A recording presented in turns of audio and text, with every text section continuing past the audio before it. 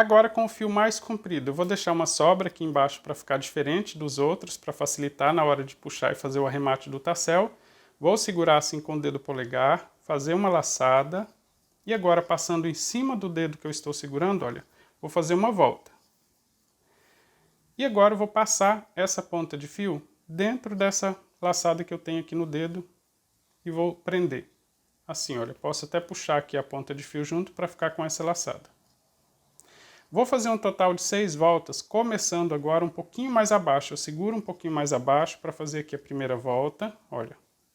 Uma, e vou subir fazendo mais voltas. 2, 3, 4, 5, 6. Então aqui, olha, essa ponta de fio que eu fiz as 6 voltas, vou passar dentro dessa laçada, saindo em direção ao tapete. Agora eu vou pegar a ponta de fio que eu deixei mais comprida, para puxar e fechar essa laçada, trazendo esse fio, olha, para dentro desse arremate do tassel. Quando ele já estiver assim escondido dentro do arremate do tassel, você pode puxar as duas pontas para fechar totalmente. Essa ponta de fio que está mais para o meio aqui do tapete, você vai colocar ela na agulha, passar aqui entre os dois pontos altos da borda do tapete, saindo lá na frente, né? Eu comecei fazendo o avesso. E aqui na frente do trabalho vou passar dentro das 6 voltas que eu fiz aqui para arrematar o tassel. E com 6 voltas essa ponta de fio não fica muito curta.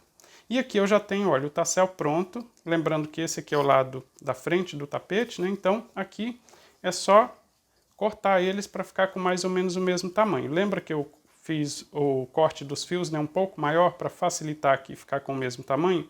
Então aqui é só medir mais ou menos o mesmo tamanho e vou cortar as sobras aqui, olha. É só fazer assim com todas as cores. Se você cortar 12 voltas, dá para fazer as duas pontas com a mesma cor. É uma outra opção aí para fazer no seu tapete. No meu tapete eu vou fazer esse acabamento aqui para que todas as pontas fiquem assim. Mas você me conta aí nos comentários qual foi o tipo de acabamento que você escolheu aí para o seu tapete. Fiz o acabamento em todos os espaços e tenho aqui o tapete pronto. Olha só como fica agora esse tipo de acabamento, né? Para esse acabamento eu precisei de mais 8 gramas de fio para cada um desses espaços. Mas o meu tapete tem 75 centímetros de comprimento. Vai depender aí do comprimento do seu tapete, né, para calcular a quantidade de fio. Eu espero que você tenha feito o seu, gostado do resultado. Se você fizer, compartilhe nas redes sociais utilizando a hashtag blog do crochê. Eu espero você no próximo vídeo. Um forte abraço!